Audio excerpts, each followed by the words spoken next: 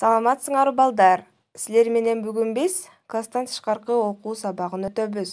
Бүгүнкү биздин өтө турган темабыз куу түлкү. Ал эми сабагыбыздын максаттары болсо, силер акылдуу болууга, чынчыл болууга, кайраттуу болууга жана да амал-көйлүктү үйрөнөсүңөр. Амал-көйлүктү бардык эле жерде эмес, керектүү жерде гана колдонууга аракеттенесиңер, балдар. Анда эмесе силер менен биз жомогубузду окусак, Мени кунт коюп тыңшап олтургула. Жолборс бир түлкүнү кармап алат. Түлкү куйругун булаңдатып, тумшугун жогору көтөрүп: "Мени жей албайсың. Мен мына бу калың токойдун кожоюну болуу үчүн келгенмин" дейт. Жолборс ары карап, бери карап анын сөзүнө ишенбейт. Анда түлкү бир аз жумшагыраак: "Жок, ишенбесең мени менен бирге токойго баргын.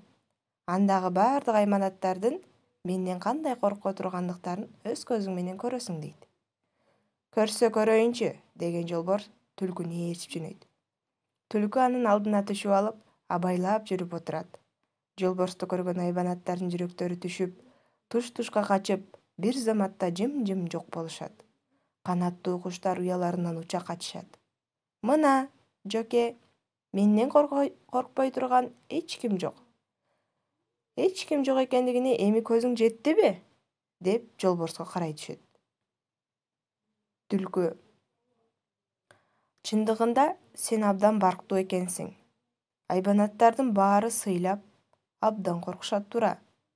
Сени менен эргишип, жаманчылыкка барууга болбойт" деп түлкүдөн өзү да коркуп, жолуна түшөт. Ошентип куу түлкү куулугунан, өлүмдөн кутулуп кетиптир. Мына ушундай, биз дагы ошол амал-көй сапатын бардык жерде колдонбостон, ушундай керектүү жерде гана колдонууга туура келет. Балдар, ушул жомокту түшүнгөнүңөрдү айтып, мага жөнөтүп койгула, Саламатта калгыла, балдар.